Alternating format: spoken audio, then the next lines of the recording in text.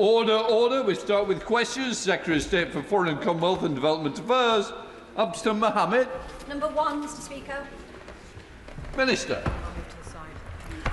Mr Speaker, in November I made the first ministerial visit to Yemen in 6 years. I met the President and the Prime Minister to reaffirm the UK's unwavering support for a unified and stable Yemen. We support their commitment to reform and we continue to focus on delivering humanitarian assistance to all those in need in Yemen and using every diplomatic lever alongside our international partners to advance peace. The recent escalation of tensions in southern Yemen threatens to undermine those goals. We therefore welcome calls by Yemen's President for a dialogue addressing these issues and Saudi Arabia's offer to host a conference. We will continue to support efforts to achieve a swift diplomatic resolution. Abdeslam Mohammed.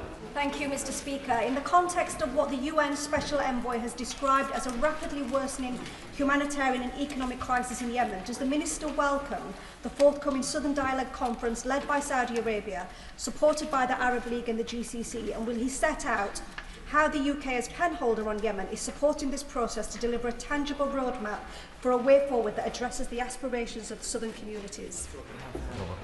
Minister.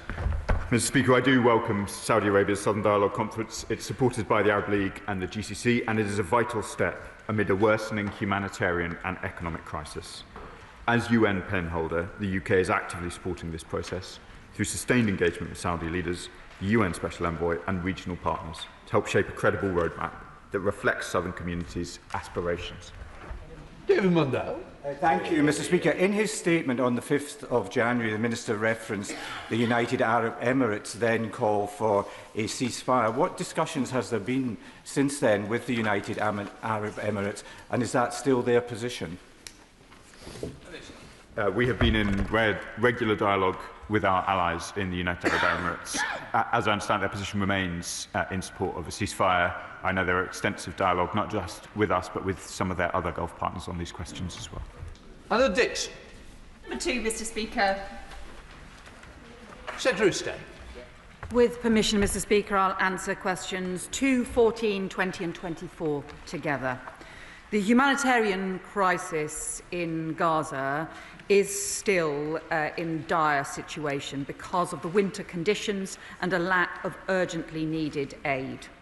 Last month, we were pleased that UK-funded tents had entered Gaza to provide critical shelter for 12,000 people, and the government is matching £3 million of donations to the DEC Middle East Humanitarian Appeal, but far more still needs to be done. We still need much greater access through crossings and barriers to aid lifted in order to deal with this humanitarian crisis. Anna Dixon. And the Secretary of State for her response. We've all witnessed the unfolding catastrophic humanitarian disaster in Gaza, exacerbated by the collapse of the Gazan health system and the suspension of aid delivery. I'm therefore shocked that the Israeli government plans to prohibit some 37 international NGOs from operating in Gaza and the West Bank, including Médecins Sans Frontières, ActionAid and the Norwegian Refugee Council. So could the Secretary of State outline what steps the government has taken to prevent this and what more it intends to do?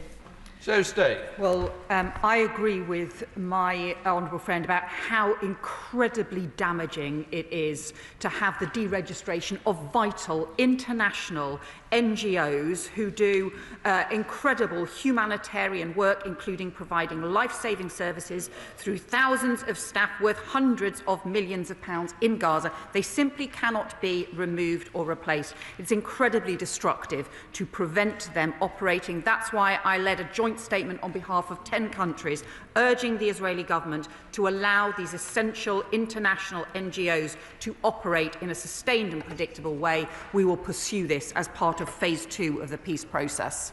Dr. Peter Prinsley. Thank you, Mr Speaker. I thank the Secretary of State for her answer. My surgical colleague, Mr Rabour of West Suffolk Hospital, spent a month last year in Gaza at the Nasser Hospital.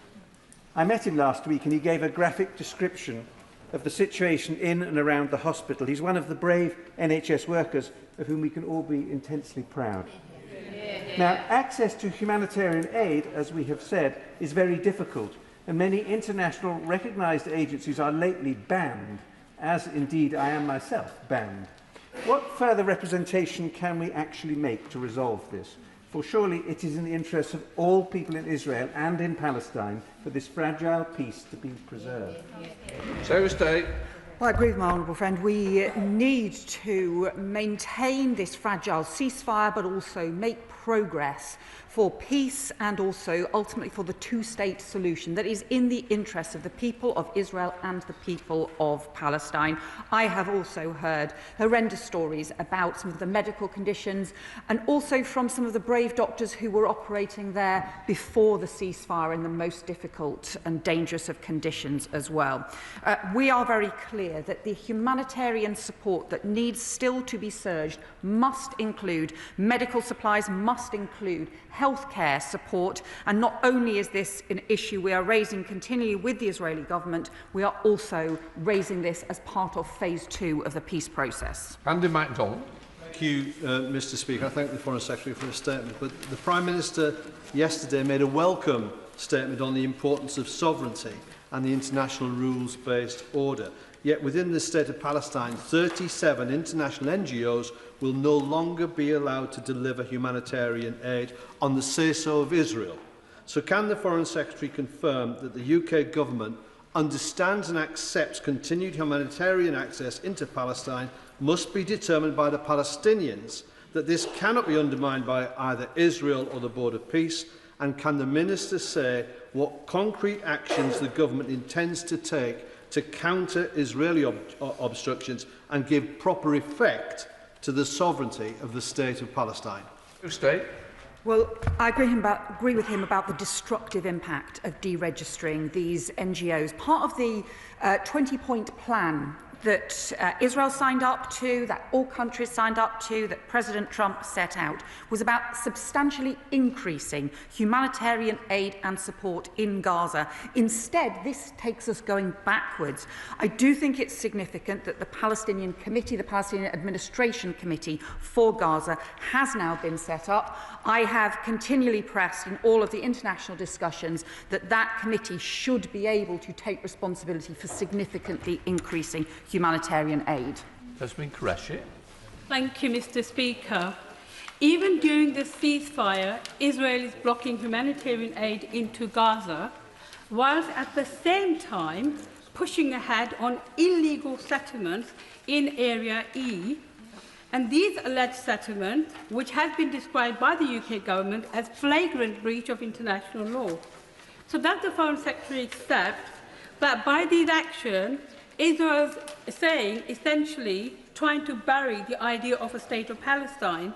And can I ask, apart from good words, what concrete action are we going to be taking to allow this to happen? State. Well, as my honourable friend knows, the UK took the historic decision to recognise the state of Palestine in the autumn, and we are clear that ensuring there is a two-state solution does also mean tackling illegal settlement expansion and settler violence. Alongside 26 international partners, we have condemned the E1 settlement plan and condemned the recent steps to further that plan, and I would urge Israel to listen to the weight of international opinion on this, because this needs to be part of delivering the 20-point plan and a just and lasting peace. Bob Blatton. Thank you, Mr. Speaker. The Secretary of State will well know that the terrorist group Hamas refused to disarm, and in fact they enforced their brutal rule on the Palestinian people. Equally, aid trucks that are desperately needed in Gaza are looted by the Hamas terrorists. What steps is the Secretary of State taking to make sure that the international aid that we all want to see given to the Palestinians is not looted and diverted to Hamas? Well, I think the honourable member raised two important issues there, because we do agree that the decommissioning of Hamas weapons is a central and crucial part of the 20-point plan. That is why the three issues we have continually prioritised have been the establishment of the Palestinian Committee, the increase in humanitarian aid, and the establishment of the process for the decommissioning of Hamas weapons. We put forward proposals based on our experience in Northern Ireland and expertise as well, but I do believe that this urgently needs to make progress as part of phase 2. Monica Harding. Mr. Speaker, there are reports that today, this morning, Israeli security forces arrived in the Sheikh Jarrah UNRWA compound in occupied East Jerusalem. Security guards were forced out of the premises and bulldozers subsequently entered the compound and began to demolish UNRWA buildings, and the demolitions are ongoing. If this is true, this is an unprecedented attack, not only against UNRWA and its premises, but constitutes a serious violation of international law and the privileges and immunities of the United Nations. What consequential action will the Foreign Secretary take if these reports are true? So stay. Well, we have already had previously issues last month with issues around involving the Israeli authorities entering UNRWA's compound in East Jerusalem without prior authorization, and UN premises are inviolable under international law. So we have already raised this and condemned this, and it is immensely important that everyone recognises the important role that UNRWA plays. This year, the UK has committed 27 million to help UNRWA scale up life-saving aid, including food, water, shelter and medical care. Dr. Andrew Morrison. Thank you, Mr. Speaker. Pressure on the UK to join the expensive and dodgy-looking Gaza Board of Peace has been ramped up overnight by President Trump's messaging. Will the government politely decline the Gaza Board of Peace whilst reviewing its position on Chagos, given the US intervention overnight? So stay. Slightly contorted question. On the issue, as the honourable member will know, that the Board of Peace proposal was originally part of the 20-point plan around Gaza. The proposals that have been put forward now are very different from what had been previously expected around Gaza. So it's right that there are further international discussions underway on this, and all of those details are being discussed. We will see where that ends up. What I would say is, though, I think the critical issue now is the support for the Palestinian Committee, because Gaza should be run by the people of Gaza, by Palestinians, free from Hamas.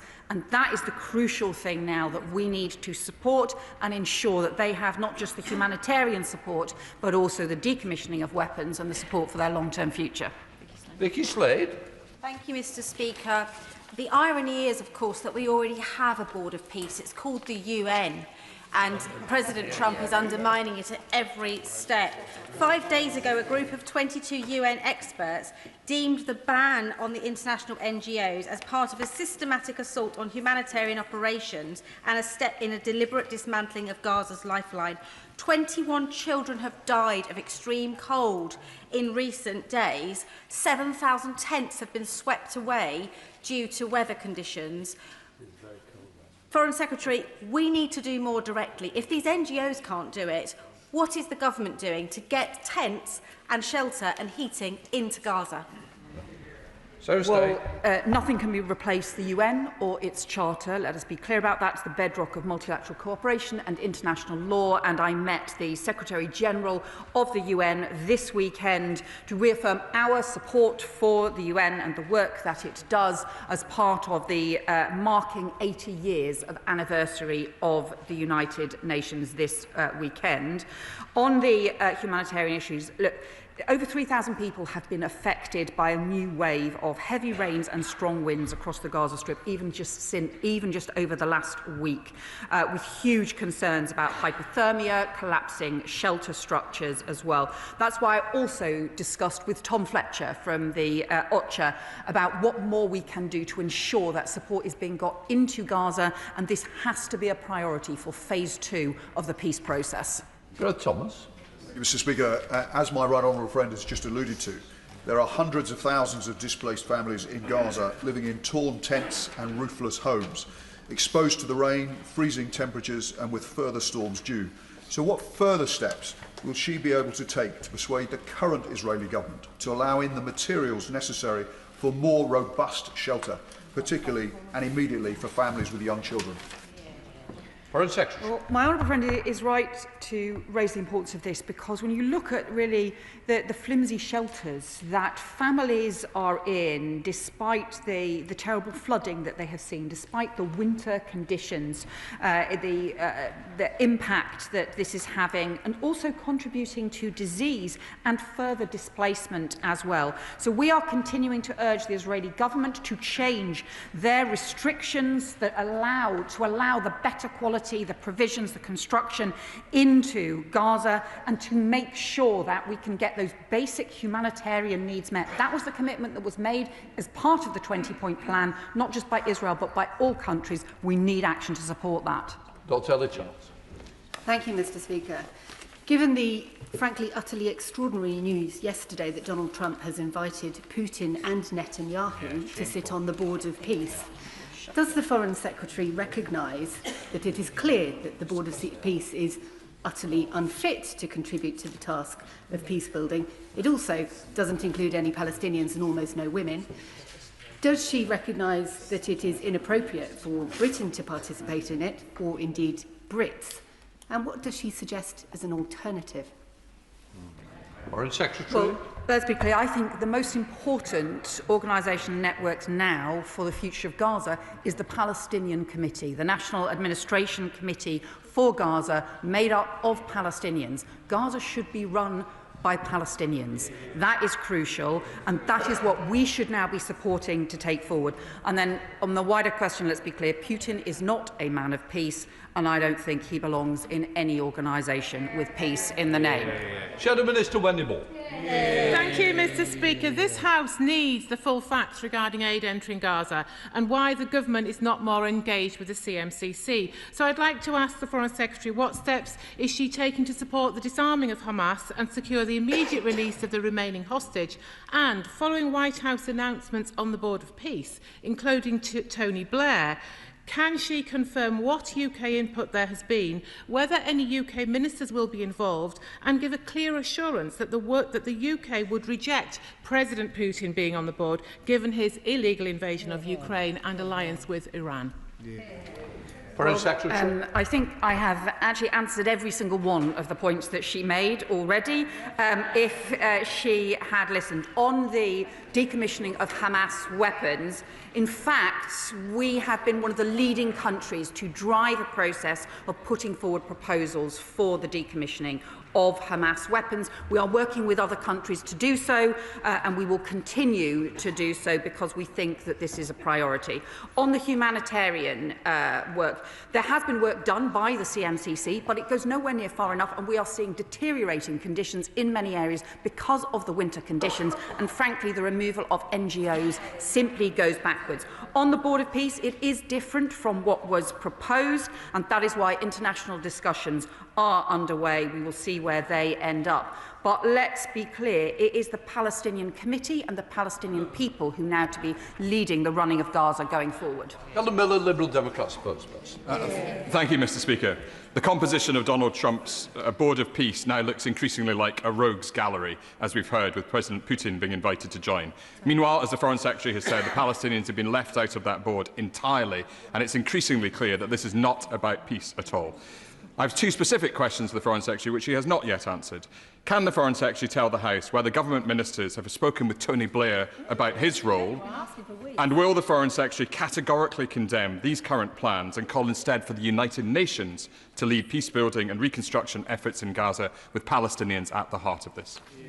Foreign Secretary. Well, we strongly support the role of the United Nations, and that is why, in fact, many of these points were set out as part of a UN Security Council resolution which had widespread support, because we think it is important to have the underpinnings not just of the UN, but international law more widely, but also to maintain that international consensus that we need to move to the next phase. These proposals that have been put forward are different from what was described and actually are not focused on Gaza. We think the focus now for Gaza has to be on the Palestinian Committee and on key practical issues like the surging of humanitarian aid and also the decommissioning of Hamas weapons. Our focus needs to be on the practical next steps, and we will work with everyone to make sure that that happens. Question number 3, Mr Speaker. Foreign Secretary. Mr Speaker, as I set out in the House yesterday, we continue to support the people of Greenland and to make clear that the sovereignty of Greenland is a matter for the future of Greenland, is a matter for the Greenlanders and for the Danes alone. And we are working to increase the support for security across the Arctic region, and that was why I visited Norway and Finland this week. And Mr Speaker, can I apologise that if, with your permission, that was a grouped answer to questions 3 and 7 together. Thank you, Mr Speaker. Yesterday, the Prime Minister attempted to justify the hesitant approach to Greenland, the US and the EU as an attempt to preserve the national interest.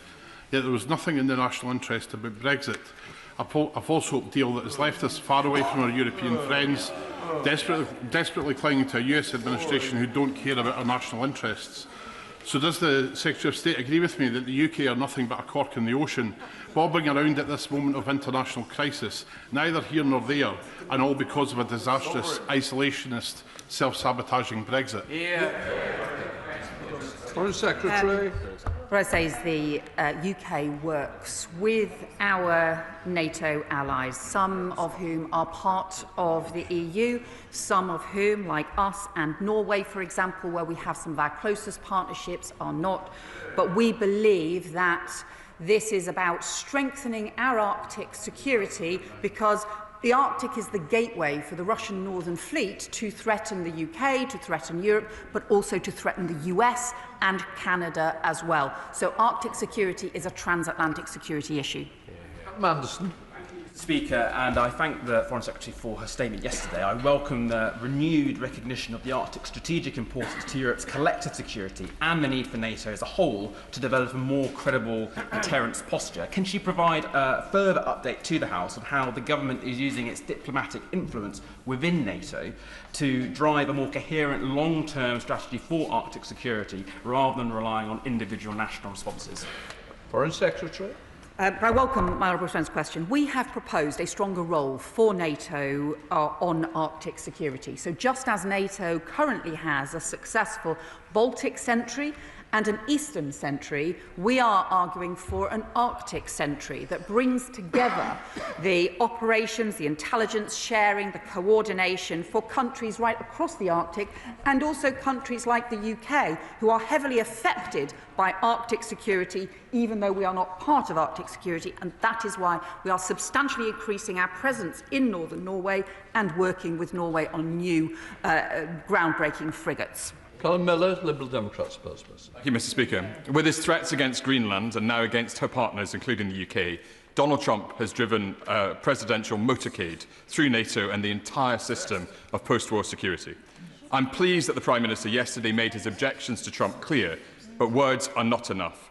We must show President Trump that his actions have consequences and that we will do this in concert with our allies, as we are much stronger when we stand together. Yesterday, the Prime Minister ruled out the idea of preparing retaliatory tariffs to use only in the event that the President carries through with his threats on the 1st of February. Does the Foreign Secretary agree with me that we should take no options off the table when dealing with a corrupt bully like President Trump? Foreign Secretary. The UK Prime Minister will always act in our national interests. That means pursuing Britain's security, pursuing Britain's prosperity and pursuing Britain's values. That is what he has done at every stage, and it's exactly why he was so firm with the President about our support for the sovereignty of Greenland. It is why we are working continually with our international allies and cooperating closely with other partners right across Europe to make sure that we are responding in a strong and firm way to prevent a trade war that will cause damage to UK industry, but also to US industry as well, and to build instead the collective partnership on security, which is what's in all our interests. Richard Quidley. Mr Speaker. Minister. Thank you, Mr. Speaker. There is no place for forced labour in our global economy, especially when the victims are so often women, children and persecuted minority groups. We are working through a range of multilateral bodies, including the G7, the UN and the OSCE, to eradicate forced labour from supply chains. And we are currently reviewing the effectiveness of our rules around the responsible business conduct to ensure the UK continues to set the global standard in the elimination of forced labour. Richard Quidley. I thank the Minister for his response. However, the UK's Joint Committee on Human Rights has warned that without stronger action, we risk falling behind the EU and the US and even becoming a dumping ground for goods produced with forced labour. Will the government commit to introducing legislation that sends a clear and unequivocal message that the UK stands firmly against Uyghur forced labour and will not allow such products into our market? Minister. Can I thank my honourable friend for his question? We are clear that no company in the UK should have forced labour in its supply chain. We are committed to promoting and protecting human rights, including in Xinjiang, and we continue to work with international partners to hold China to account for their human rights violations. The government's review of responsible business conduct is considering a range of policy options to tackle forced labour. Alex Shelbrooke. Thank you, Mr. Speaker. But, Mr. Speaker, as his right honourable friend, the Energy Minister, insists that we must move as quickly as possible to renewables, may I ask the Minister what steps does he have in place to ensure that the 90% of processed materials for renewables do not include slave labour and human rights abuses? Minister. Can I thank him for his question? We, of course, support voluntary human rights due diligence in businesses as recommended by the UN in its guiding principles on human rights. And as I've already mentioned in answer to my honourable friend, as part of the government's review on responsible business conduct, these will be part of the options we take forward as His Majesty's government. Number 5, Mr. Speaker. Minister.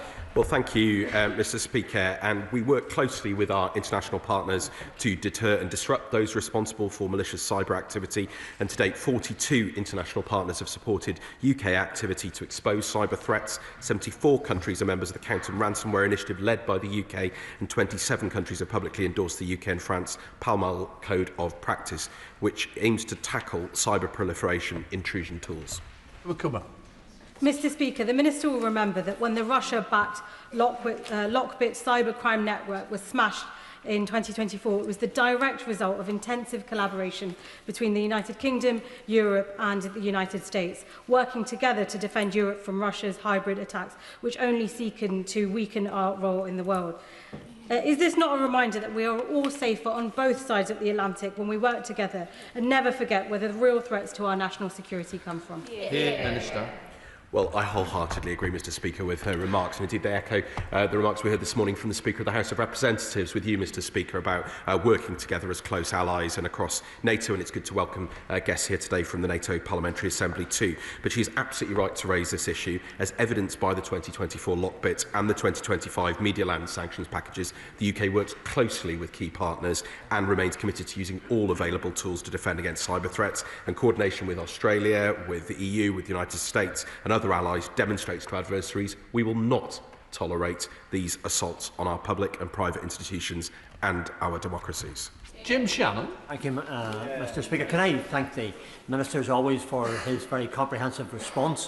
When it comes to ransomware and what we're trying to do in technology, Northern Ireland leads the way in cybersecurity, South East of England leads the way in cybersecurity, but it's always advancing. The Minister has responsibility to ensure that we're protected. I know that. At the same time, we need to ensure that the technology moves forward to equal our enemies or to outdo them. Can the Minister give us some assurance that that will happen and that Northern Ireland will be part of that? Thank you. Minister.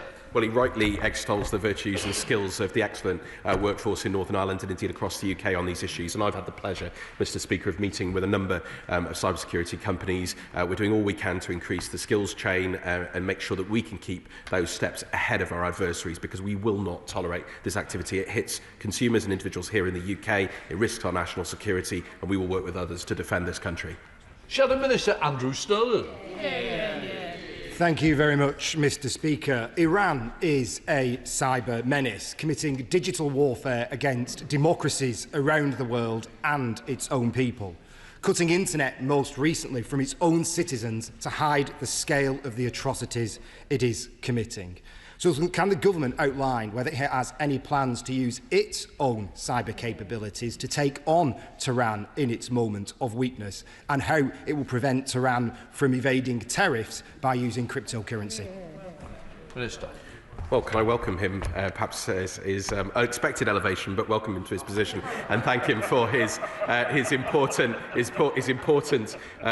question, which is on a very, very serious matter, which is the threat from our adversaries. And he is right to point out Iran. There are, of course, many others who are attempting to damage our national security, to hit consumers and individuals here in the UK. He will understand I'm not going to go into operational details on any matter relating to our cyber defences, but he can be assured that we keep the activities of our adversaries very, very closely in our mind, and we are taking steps to make sure we can defend this country against all threats from wherever they come. Blake Stevens. Question number 6, please, Mr. Speaker. Minister. Well, Mr. Speaker, the Chagos Archipelago Marine Protected Area is one of the world's most important marine environments. Has rightly been recognised by members across the House, and both the UK and Mauritius are committed to its protection. I can confirm to him that no commercial fishing will be allowed, but low levels of artisanal fishing will be permitted for the sustenance of the Chagosian communities, which is compatible with nature conservation, and we're working closely with Mauritius to ensure that adequate patrolling capabilities will be maintained after the Marine Protected Area enters into force. Blake Stevens. Thank the Minister for his response. A recent report from Yale University ranks Mauritius last out of 131 states for stringency in its marine protected areas, and a woeful 173 out of 180 for protection for biodiversity. Mauritius has even admitted it doesn't have capacity to patrol the area and is open to commercial fishing, and I recognise the response that the Minister just gave, but Britain has kept the Chagos marine environment pristine for 50 years. Why doesn't the government want to secure this legacy in law? Minister. Well, with the greatest respect, because I know he raises these issues with sincerity, I was just very, very clear, and it was on the 3rd of November that Mauritius announced the creation of the Chagos Archipelago Marine Protected Area, and they've confirmed that no commercial fishing will be allowed in any part of the MPA. We're working very closely with them on the issues around patrolling, working very, very closely to protect the environment. These are important issues, and I can assure him that we are absolutely seized of them. Foreign Secretary Dame Fitz-Patel. The Prime Minister previously said that Five Eyes partners in the United States backed the Chagos surrender bill, but today the American president has publicly opposed it, rightly citing the very concerns that these benches have raised around the malign influence of China and Russia benefiting directly as a result of surrendering the Chagos Islands. Is President Trump right? And given Labour's Chagos surrender bill will cost £35 billion, compromise our national security and betray the rights of the Chagosian community, when will the government finally see sense and scrap this shameful treaty? Minister. Well, Mr. Speaker, she again makes some wild claims about costs, which are simply not the case. We have been absolutely clear that the UK will never compromise on our national security. As we have made repeatedly clear, the agreement we have struck is vital for protecting our national security and that of our allies, and guaranteeing the long-term future of a base that is crucially important for the UK and the United States.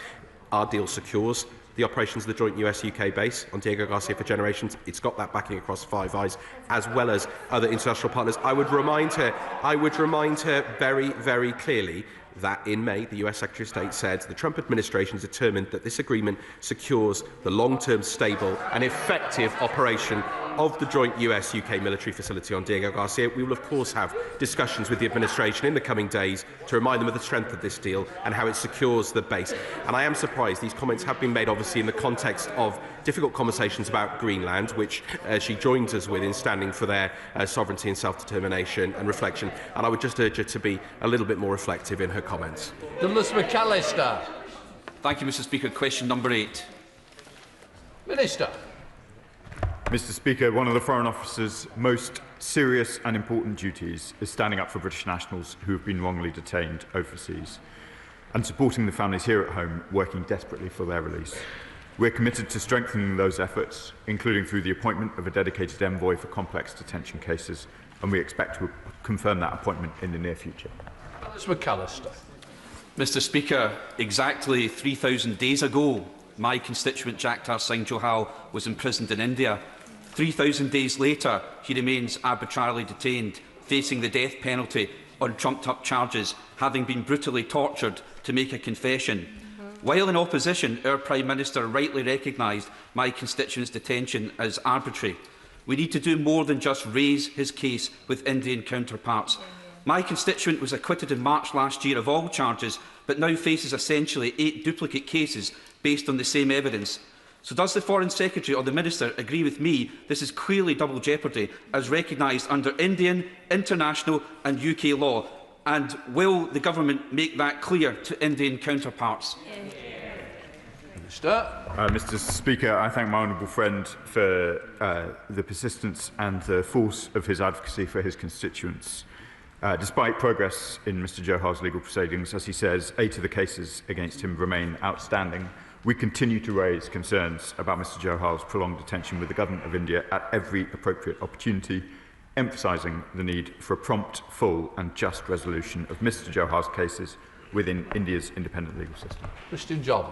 Thank you very much, Mr. Speaker. Sadly, Chagos Singh Johal is not the only case of human rights violations against British citizens across the world at the moment. And one of our biggest allies has just said that peace is no longer a priority for them. So with the world such a dangerous place and such a threat to the human rights of British citizens abroad, would the Minister agree with me that the time has come to make assistance, consular assistance, a legal right of British citizens across the globe?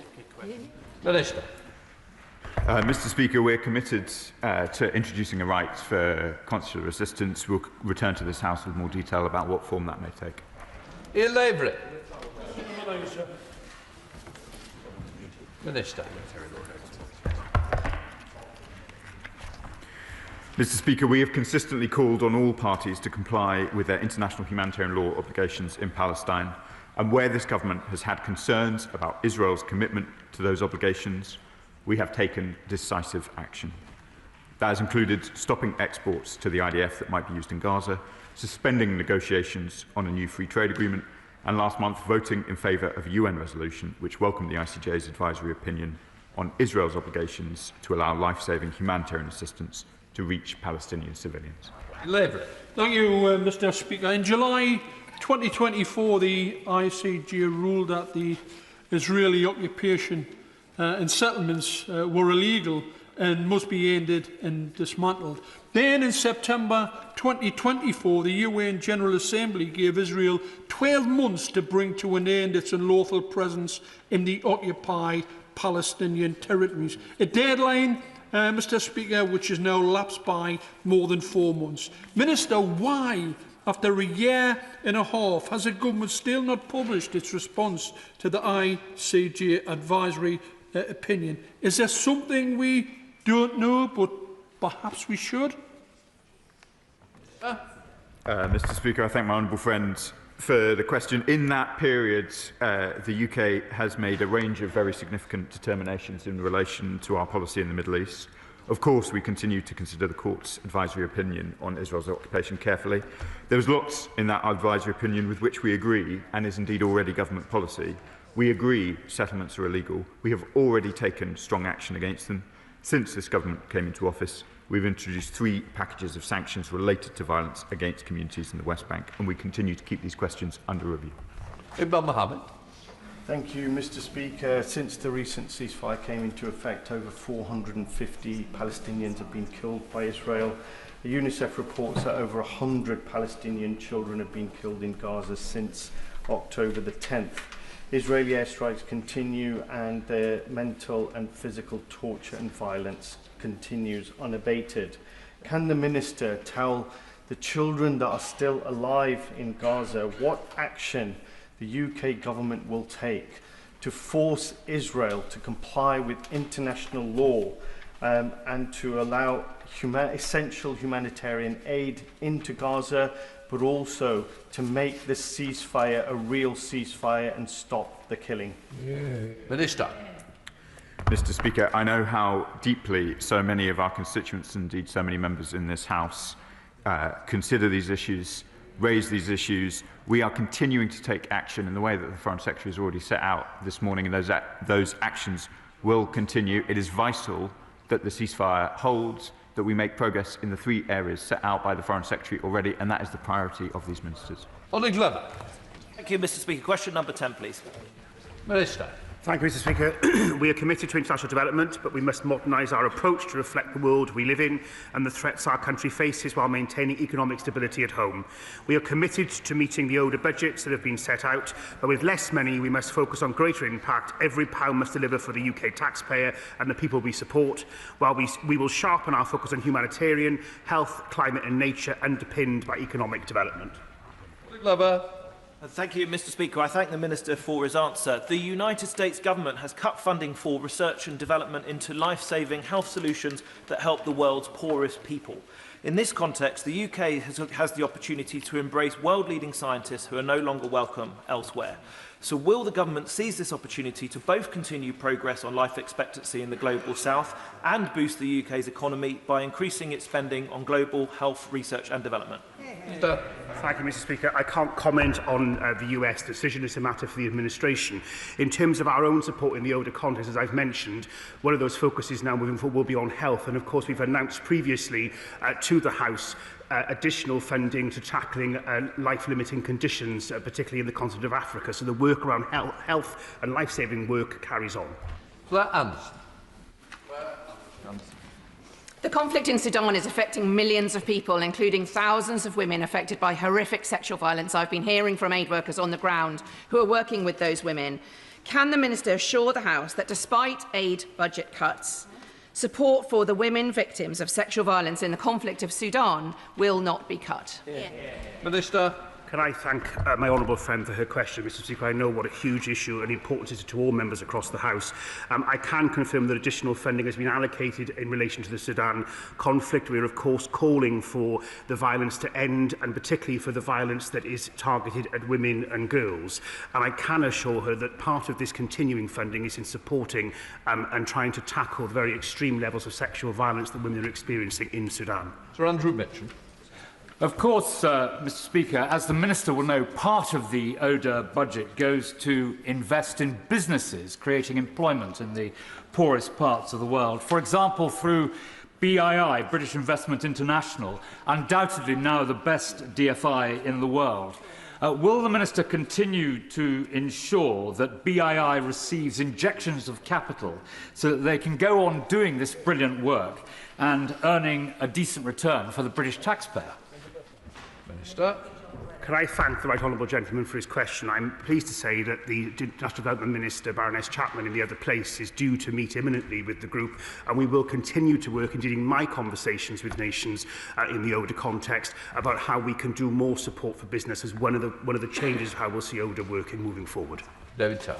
Thank you, Mr. Speaker. I hate to disagree with my colleague opposite, who I respect greatly, but I do wonder, in the era where we have less money, whether we do need to focus on reaching the poorest people the most. And there are other models, including the International Finance Facility for Education, the International Finance Facility for Immunisation, that offer ways in which we can leverage in much more money. By putting in a small amount, we can leverage up to 4 times more money out. So would ministers meet with me and a Treasury Minister to discuss proposals like this, so that we can look at innovative forms for development finance in an era of less ODA? Minister. Can I thank my honourable friend for his question, Mr. Speaker? I'm, of course, more than happy to meet with him as diaries allow. Gareth Emerson. Number 11, please, Mr. Speaker. So stay. Mr. Speaker, the UK continues to support the Ukrainian people in the face of unrelenting Russian aggression, including the targeting of Ukraine's energy, infrastructure and civilians. On Friday, we were proud to mark the anniversary of the 100-year partnership that we agreed with Ukraine last year, and we will continue to provide support, both military and economic, and for their energy security as well. Good, Thank you, Mr. Speaker. The Association of Ukrainians in Great Britain, Bolton branch, is situated in my constituency of Bolton North East, helping families settle and keeping those community ties strong. As the Foreign Secretary mentioned, as the UK marked the first anniversary of the UK-Ukraine 100-year partnership, what more is the Foreign Secretary doing, working across government, to ensure Ukrainians in the UK are provided with the support they need to rebuild their lives? Foreign Secretary. Can I thank the honourable member for her question? This is exactly this 100-year partnership is about our people-to-people links, our long-term connections between the UK and Ukraine. And if I can just take a personal moment on this, Mr. Speaker, I can report that one of the teenagers who came to stay with us in Castleford at the very beginning of the Ukraine war and has since returned to Kyiv has continued with her training to be an international standard ballroom dancer, is back in the UK with her partner this week in the run-up to an international competition, and I wish them both the very best. Sir Julian Lewis. I'm sure the entire House endorses what the Foreign Secretary has just said. In a week when the government is sadly letting down Hong Kongers in London, Chagosians in exile, and Northern Ireland veterans in retirement, can we absolutely rely upon continued support for Ukraine's gallant resistance to atrocious Russian imperialism? Foreign Secretary. Well, I think really the honourable member should know better than to ask a question like that, as he knows. The UK has been continually strong in our support for Ukraine, for the people of Ukraine, and also for Ukraine's continued military resistance. I think for too long Russia has underestimated the people of Ukraine, but also Ukraine's friends, and that is why the UK, through the coalition of the willing, has been leading support for Ukraine. Shadow Minister Winniborn. Thank you, Mr. Speaker. The Foreign Secretary will have heard President Zelensky's warnings last week about the supply of air defence missiles. We must heed them. Can she confirm whether the government is now going to make more weapons available, immediately scale up production, or broker new military aid packages with our allies to make sure there is a constant supply of missiles? Well, the UK is working very closely with our partners, including through NATO, but also more broadly, to ensure that Ukraine has the military support they need, including the weapons and the equipment, but also support for their energy infrastructure, support for their intelligence gathering as well, where the UK plays an important role. And what we have done is, in fact, set forward commitments alongside the French government as well, and that forward lean on the ability to support Ukraine if a peace agreement is reached, backed by security guarantees. So I think the UK is really very much leading the military and wider support for Ukraine. Dan Carden, starting topicals. Topical number 1, Mr. Speaker. Secretary. Mr. Speaker, in a few weeks' time, we will reach the 4th anniversary of the Ukraine war, and extreme efforts have been made over recent months to pursue a just and lasting peace, but still we have seen no sign that Russia is willing to make peace. And in the early hours of today, Russia attacked Ukraine with 34 missiles and 339 drones. This follows 4 previous nights in which Russia fired 537 drones at Ukrainian cities, largely targeting energy infrastructure.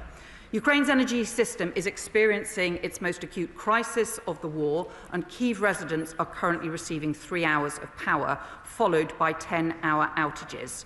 So on the 16th of January, as we marked the first anniversary of the 100-year partnership, I announced a further £20 million of UK support for vital energy repairs. Our commitment to supporting Ukraine is unwavering. Duncan. Thank you, Mr. Speaker. I'm grateful for that update. The brutal Iranian regime is dying and a new Iran is being born, and we can assist that process in their interests and ours by banning the IRGC.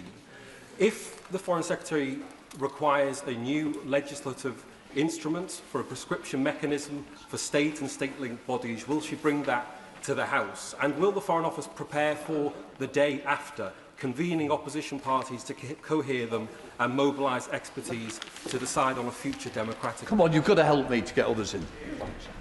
Well, my honourable friend will know that as Home Secretary, I commissioned the review of the legislation which recommended changes because the existing legislation is drawn up around terrorism and we need to be able to deal with state-backed threats. I can also assure him that both I and the new Home Secretary take extremely seriously the threats from Iran. Foreign Secretary Dame Patel. Speaker, the government has just given planning permission to the new Chinese superb embassy, and it's 240 pages, and there it is for us to read.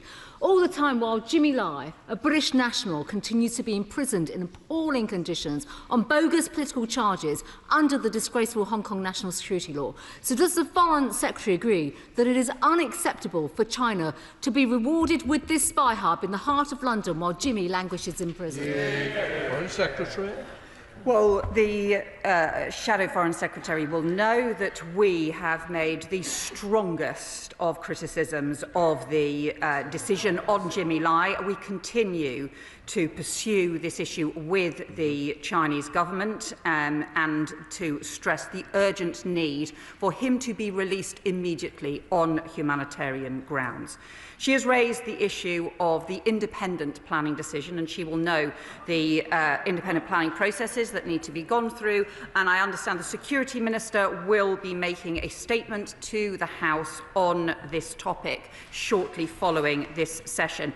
All I would point out to her is that diplomatic consent was given by her hero, Boris Johnson. She had many years as Home Secretary to pursue any concerns that she had. Mr. Speaker, in light of her remarks and the fact that Jimmy Lai's sentencing is expected soon, does she agree that when the Prime Minister goes to Beijing and goes to kowtow to Beijing and he comes back with no movement on Jimmy Lai's release, should that trip be regarded as a failure of British diplomacy? Foreign Secretary.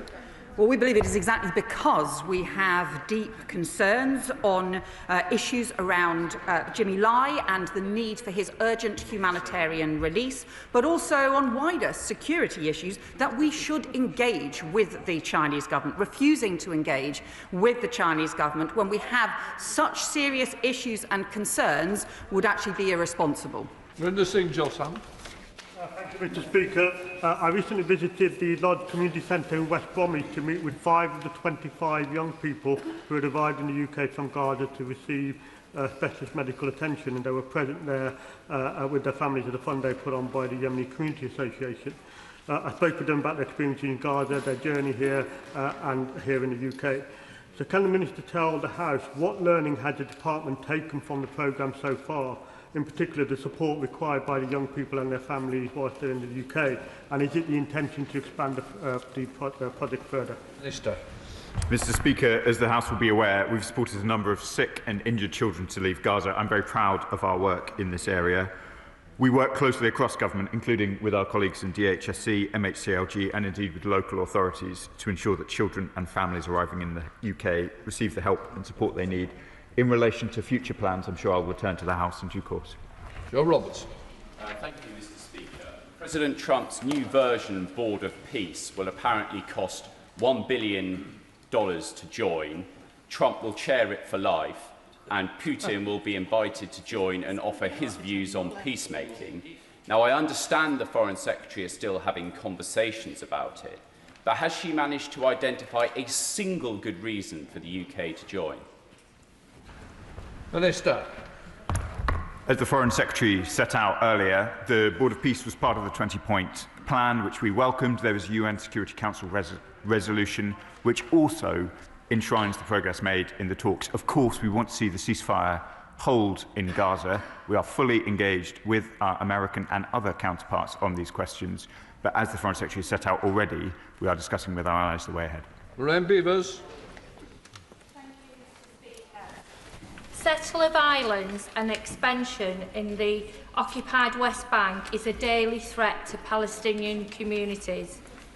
In the face of persistent violence, entire villages have been forcibly displaced. This is ethnic cleansing, enabled by the Israeli state. Does the Foreign Secretary agree with me that a ban on trade with Israeli settlements would show Israel that we are serious in opposing this disgraceful activity.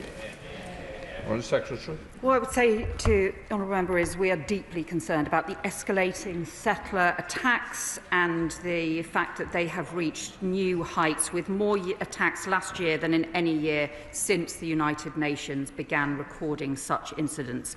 We need the Government of Israel to abide by its obligations around settlements and also around settler violence, but we also need to ensure that we pursue this as part of the broader peace plan process, the 20-point plan process, to build the greatest possible coordination around delivering not just peace for Gaza, but a two-state solution. Both Allied and Russian, I wonder if the Foreign Secretary could articulate the risk she thinks that the UK is taking when it has such a small military and is committing several thousand troops, maybe even tens of thousands of troops, to Ukraine through the coalition of the willing. Well, the UK government, this government, is responsible now for the biggest increase in defence investment since the Cold War, because we recognise the importance of defending our national security. And I would also say to him that Ukraine's security is our security. The threat from Russia affects us all. Jeff Smith. Speaker, it's going to be impossible to get the necessary aid into Gaza until the Rafah crossing is fully open. Can the Minister update us on progress in trying to persuade the Netanyahu government to do the right thing and open the Rafah crossing? Minister. I thank my honourable friend for his question and his continued advocacy on these questions. The Rafah crossing, and indeed other crossings, was clearly outlined in the 20-point plan as needing to open. There have been discussions between various partners, but we continue to press the Israelis to open all the crossings now. Stephen Gathins. Mr. Speaker, an opinion poll at the weekend in the Sunday Herald shows that 3/4 of Scots would vote to join the European Union.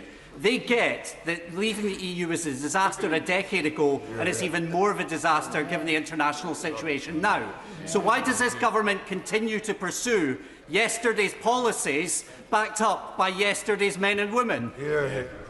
Minister. Well, Mr. Speaker, with the greatest respect, he knows that this government has strengthened our relationships with the EU, has got a security and defence partnership, is securing an SPS deal, is rejoining Erasmus+.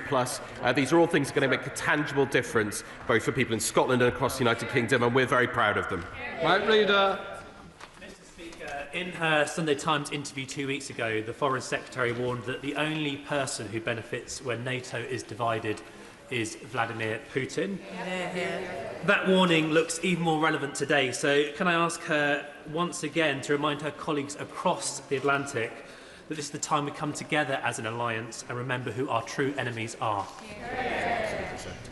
Well, I gather that their sentiment was expressed by the Speaker of the House of Representatives, the US Speaker of the House of Representatives, Mike Johnson, who has been with us in Parliament over the last few days. I think there are many people on both sides of the Atlantic, across Europe and across North America, who recognise the importance, the vital importance of our NATO alliance, of keeping all of us safe.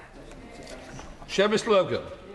Thank you, Mr. Speaker. My constituent, Peelin Omar, has asked me about a ceasefire which was announced on Sunday between the Syrian government and the SDF, which has already unravelled, with fighting resuming in less than 24 hours. What is the Foreign Secretary doing to promote humanitarian access, international monitoring and a long-term reconciliation between the Kurdish people in Aleppo and northern Syria and the Syrian government? And does it support a more devolved government solution to bring about a lasting peace for the Kurdish people? Minister.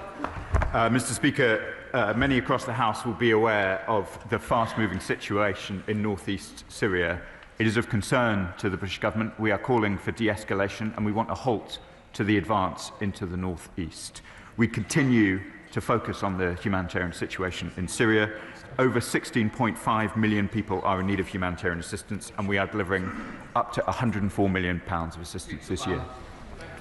Could I ask the Minister what action the UK Government is taking to support Tamils in seeking justice for past and current injustices? Mr. Speaker, the UK is active in seeking justice and accountability for Sri Lanka's Tamil community. and indeed we lead in the UN's Human Rights Council on the resolution on Sri Lanka. Last year, we sanctioned Sri Lankans for human rights violations in the civil war, and we've made clear to the Sri Lankan government the importance of improved human rights for all in Sri Lanka, as well as reconciliation. And let me take the opportunity to wish the Tamil community a happy Thai Pongal. Shocker Adam. Despite the Minister's assertion that the government is holding the Israeli government to account, I just would like to remind them that a tender by the Israeli government has just been passed for a further illegal construction of more than 3,000 homes in the E1 project in the West Bank. This will now completely cut the West Bank into half. So will the government now comply with the ICJ's opinion that third states have a duty, like ours, to bring Israelis' illegal occupation to an end by imposing sanctions on Israeli ministers in their professional capacity and prohibit UK companies from illegal settlements? Minister. Mr. Speaker, the Foreign Secretary and I have set out the position in relation to settlements over the course of this session, but I want to be clear, we have been the strongest that we can in condemnation of the increase both in violence with settlers and settlements themselves. I have, from this dispatch box, announced sanctions indeed on Israeli ministers, including Mr. Smotrich and Mr. Ben-Gvir. Martin Watts.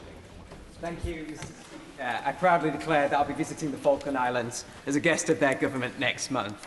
What can the UK government do to alleviate EU tariffs of between 6 and 18% on their fishing exports so that the Falklands government have more money to spend on health, education and their treasured environment? Minister. Well, Mr. Speaker, we remain strong defenders of the Falkland Islands as part of our great British family globally, and I was pleased to speak with the new Legislative Assembly just the other day. It's of course the Brexit deal that the previous government negotiated that left the Falklands out when it comes to tariffs, but we continue to work very closely with them on a range of trade and tariff issues and have done so successfully in relation to the United States. Jeremy Corbyn. Thank you, Mr. Speaker. The Israeli occupation of the West Bank has resulted in almost 1,000 deaths over the past year and a half. The loss of villages, the loss of life and the continued enabling of settler violence against ordinary Palestinian people in their villages. And this morning there are reports that the Israeli Defence Force is now demolishing UNRWA headquarters in Jerusalem. When is the British government going to do something serious with sanctions against Israel for their continued illegal occupation of the West Bank? Minister. Mr. Speaker, I think I answered the substance of that question in the last answer. We are aware of the reports in relation to the UNRWA headquarters in East Jerusalem, and as the Foreign Secretary set out already, we're taking them very seriously indeed. Thank you, Mr. Speaker. Over 900 doctors have been killed by the Iranian regime since 1979. A leading medical union warns that the Iran state health system is near collapse and medicines are increasingly scarce, leaving children vulnerable for basic care. Does my right honourable friend agree that urgent international action is needed to hold the regime to account, particularly for the devastating impact on paediatric care? Foreign Secretary. Well, my honourable friend is right to raise the deep humanitarian concerns from not having adequate health care in Iran. Their point comes after we have also seen in recent weeks the most brutal of killings by the Iranian regime and the deep concern about the safety of protesters. I can also report to the House we have secured a special session of the UN Human Rights Council in Geneva to take place on the 23rd of January, and that will also be an opportunity to raise exactly these issues. Mark Pritchard. Last year, President Trump, when he was frustrated with President Zelensky, withdrew for a short period intelligence sharing with Ukraine. Can the Foreign Secretary, overseas GCHQ and MI6, assure the House and my constituents that should such a threat at some point develop from the White House, that intelligence sharing will be withdrawn, even for a temporary period, with the United Kingdom, that the Foreign Secretary will remind the US President and her counterpart that this Five Eyes partnership keeps Americans safe every single day of the week as well? Foreign Secretary. Well, I can say to the honourable member that I first had visits in Washington about the strengths of the Five Eyes partnership and meetings, including meetings with the CIA and others, more than 25 years ago. Our Five Eyes partnership runs back many generations now and is deep and important, and also continues to take incredibly seriously the threats from Russia in Ukraine. Marshal de Cordova. Thank you, Mr. Speaker. With 2 out of 3 FCDO-funded programmes dedicated to disability inclusion coming to an end this year, what targets will this government set to ensure that its remaining programming will prioritise and can be accessed by disabled people, 80% of whom live in the Global South? And can the Minister also offer some assurances that there will be sufficient capacity within the FCDO to support disabled people across the globe? Minister. Can I thank my honourable friend for her question? The UK has long promoted global disability rights, and our global programmes are supporting disability inclusion in health, education, employment, plus access to innovative assistive technology. In addition to our work mainstreaming disability inclusion across FCDO's priorities, the UK is co-chairing the Global Action on Disability Network to strengthen international coordination on disability rights and accelerate this progress, including in the Global South. James Wilde. Thank you, Mr. Speaker. The Iranian regime is killing protesters in their thousands, and the communication blackout is enabling abuses to happen away from the public view. The Minister said yesterday they must restore the internet. What is the government doing with partners so we can hear the voices of these freedom fighters? Minister. As I said to the House yesterday, Mr. Speaker, we treat the blackout of the internet in Iran as a breach of the human rights of the Iranian people. We continue to work on this with our partners for the reasons that my ministerial colleagues have set out. I won't give further commentary on operational business. To Danny Chambers.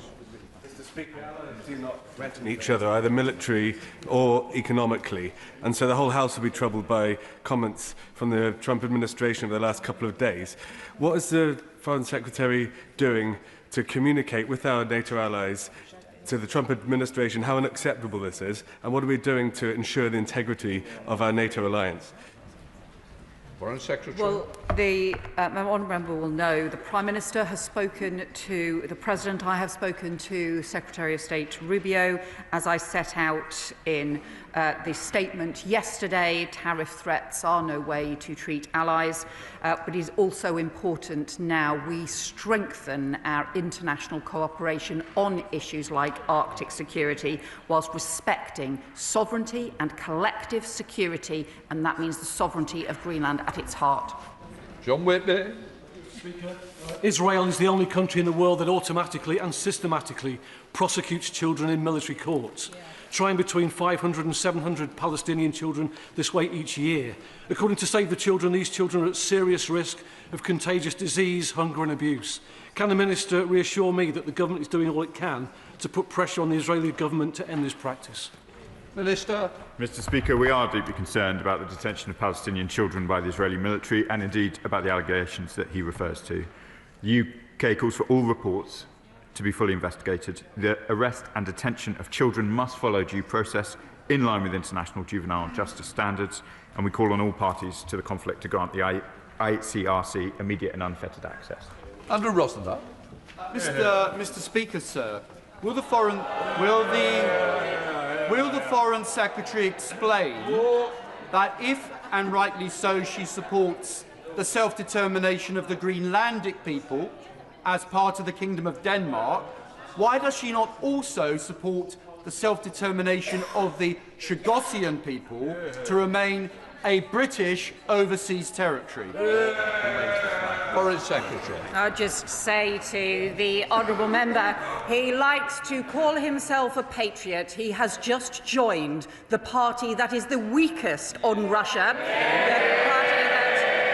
a country that threatens our country, and led by a leader who has continued to question the role of Russia beginning the Ukraine war, the role of NATO, and also even in the Salisbury killings. I think he should look a little bit inwards before he tries to make points in here. Chair of the Select Committee, Sarah Champion. Thank you, Mr. Speaker. Foreign Secretary, given the scale of the FCDO planned budget reductions and significant staffing cuts, what assessment has been made of which policy areas will be deprioritised as a result of these measures? What redundancy mitigation steps have been undertaken in line with the 2016 civil service protocols, and how these changes are expected to impact both UK personnel serving overseas and country-based staff? Well, my honourable friend will know as that we have been doing extensive work to ensure that the Foreign Office is focused on the key priorities and also in delivering for the national interest. She will know too that there was an expansion in the staffing, including the UK-based staffing of the Foreign Office quite significantly over the previous 5 years, and actually it is right that we ensure the Foreign Office is now most focused on both the national security issues, the prosperity issues, and also many of the issues she and her committee are concerned about around international development as well, and will continue to provide information to her committee on this. A bit more. Mr. Speaker, a 14-year-old child, the son of my constituent Mr. Greaves, has been detained by the French state for 440 days. He's a British citizen with no dual nationality. He has had no schooling in that period of time, and most concerning of all, has not even received a single welfare visit by the British consulate, despite having been chased many times. So will the Foreign Secretary intervene personally in this case and meet with me to be able to secure a welfare visit? Mr. Speaker, I'll be happy to meet with the honourable gentleman to discuss the case. Alex Sobel. Thank you, Mr. Speaker. Last week, Uganda held elections. There were wide-ranging accounts of people who have been prevented from going to polling stations, ballot stuffing. In one polling district, there were more votes cast than there were electors. Now there's widespread violence, and the son of the so-called president of Uganda has threatened to murder the leader of the opposition, Bobi Wine, who lost the election. What can the Foreign Secretary tell me about the veracity of the elections, what she's doing to protect British citizens in Uganda and to ensure the safety of members of the NUP there as well? Can I thank him for his question? We have consistently advocated for peaceful and credible elections and encourage any disputes to be addressed through peaceful and legal means. In relation to the opposition leader, we've engaged across the political spectrum to advocate for peaceful elections, and including for the opposition candidates to be able to campaign freely and safely, and we continue to do so, including through our High Commission. Dr. Pinkerton. In answer to an earlier question, the Foreign Secretary said that the future of Greenland should be determined by Greenlanders and Danes. And yet members across this House are just finding out that any opportunity to give Chagossians a referendum have been stripped from this afternoon's discussions on the Chagos bill. So can I ask the Foreign Secretary, why does she think that Chagossians don't deserve the same rights that she considers to be so fundamental to Greenlanders?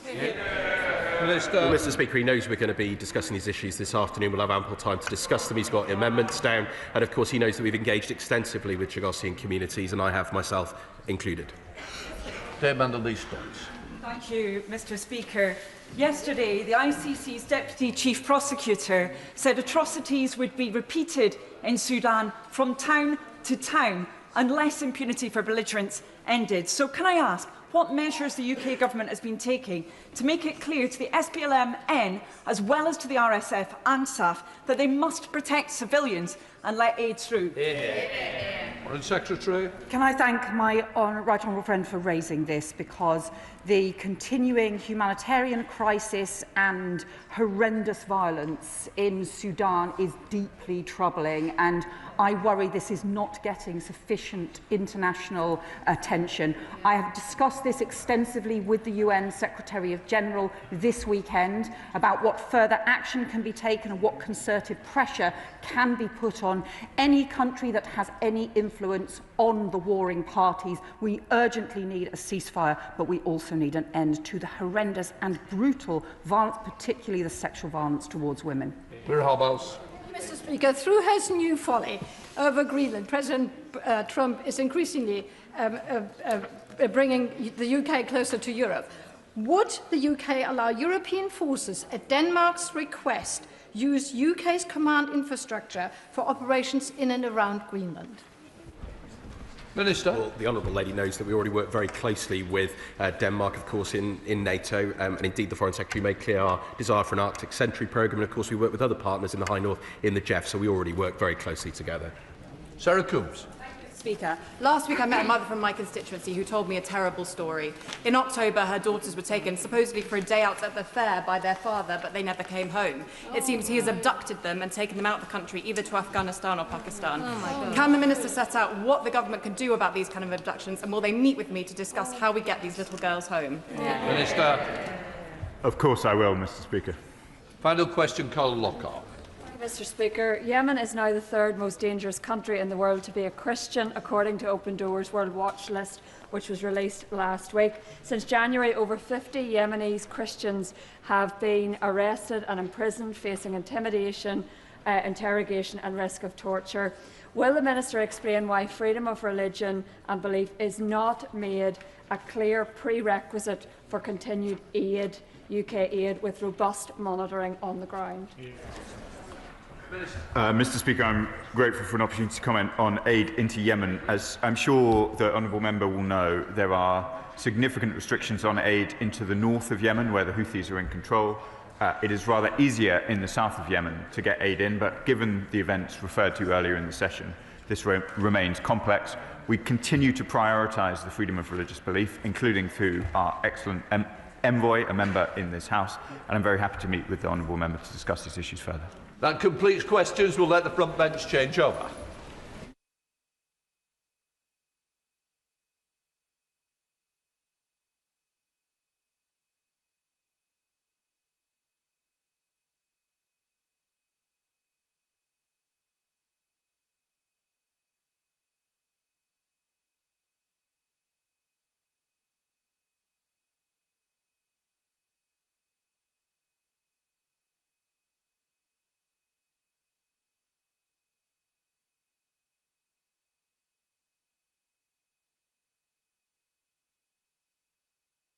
Right, we come to the first statement. Secretary of State, Liz Kendall. Thank you. With permission, Mr. Speaker, I'd like to make a statement on the next steps this government will take to keep children safe online and give them the childhood they deserve. Last week, I said in this House that AI and technology have huge potential to create jobs and growth, diagnose and treat disease, transform our public services, and so much more besides. But this government knows we will only seize this potential if the benefits of technology are felt by all, not just a few at the top, and above all, if people know they and their children are safe online. We've already made significant progress on this crucial issue. The Online Safety Act brought in one of the most robust systems globally, with groundbreaking steps to tackle illegal content and activity and to protect children from harmful and age-inappropriate content. But we have long known there is more to do. My first act as Secretary of State was to make online content that promotes self-harm and suicide a priority offence. So platforms must take proactive steps to stop users seeing this material in the first place and to swiftly take it down if it appears. We have also made intimate image abuse and cyber flashing priority offences. And we've introduced an offence in the Crime and Policing Bill to criminalise AI models which have been optimised to create child sexual abuse material. 8 days ago, in response to the abhorrent and illegal spreading of sexualised deepfake images of women and children without their consent by Grok, I said we would uphold British values and British laws. That we would fast-track legislation making it an offence to create non-consensual intimate images, and that I would make this a priority offence under the Online Safety Act too. Since then, I am pleased to say X has announced it will ban the generation of intimate images of real people, something that will be carefully monitored, but which I and the government have welcomed. But, Mr. Speaker, the story does not end there. I know up and down the country, parents are grappling with how much screen time their children should have, when they should give them a phone, what on earth they are seeing online, and the impact all of this is having. Yesterday, I met with bereaved families who have suffered the most unimaginable tragedy as a result of what their children have experienced online. One of the most devastating discussions I've ever taken part in, and I pay tribute to their courage and dignity. I know that many parents are deeply worried about a whole range of other impacts on their children, the consequences for their mental health, their